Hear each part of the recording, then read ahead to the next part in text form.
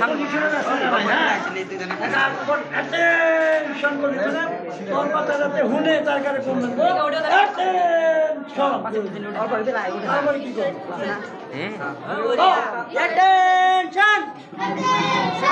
don't make noise তোমাকে মুখে যে শব্দ করব না লাগে যি শব্দ করব লাগে ইয়ে করবে তোমাকে মাত্র কাম করে করবা হ্যাঁ অ্যাটেনশন সাবধান ইসলাম সাবধান সালামি দাও 3 2 1